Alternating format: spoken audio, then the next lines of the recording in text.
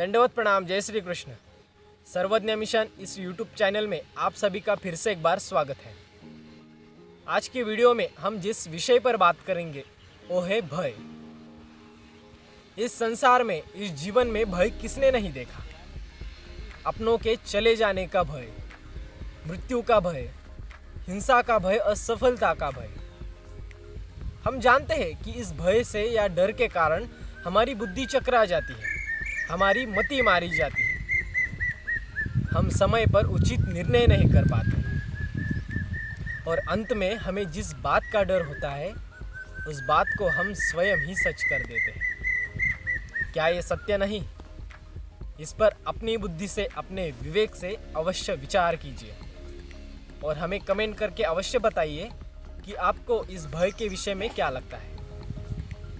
तो चलिए हम विचार कर रहे थे कि भय से निर्भय कैसे हो जाए। हम जीवन भर भय से या डर से लड़ते रहते हैं, किंतु इससे छूटने का हमें कोई उपाय नहीं मिलता। किंतु क्या हमने कभी विचार किया है कि इस भय का वास्तविक रूप क्या है, वास्तविकता क्या है?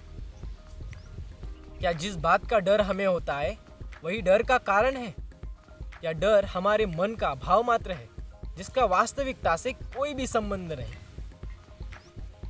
डर तो सदा ही भविष्य से लगता है। भविष्य में कुछ अनुचित या अघटित ना हो जाए, जीवन का स्वरूप कहीं बिगड़ ना जाए, यही होता है ना डर।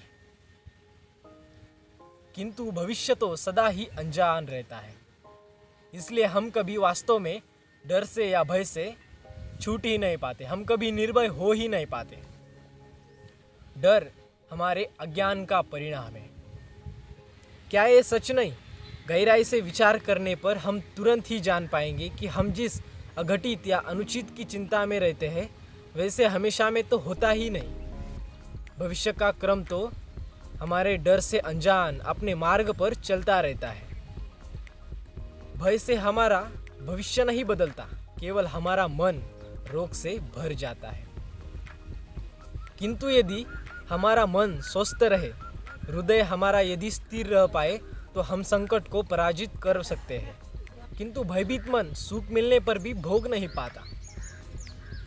और जिस क्षण हमें एक ज्ञान हो जाता है कि हमारा भविष्य पर अंकुश नहीं किंतु हमारे मन पर अवश्य अंकुश है, उसी क्षण हम भय को पराजित करके निर्भय बन सकते हैं। केवल हमें इतना ही ज्ञान आवश्यक है कि भय किसी परिस्थिति का नाम नहीं, हमारे मनस्थिति का नाम है।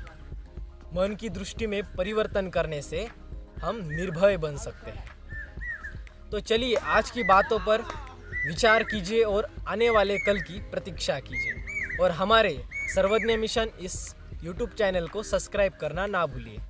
दंडवत प्रणाम।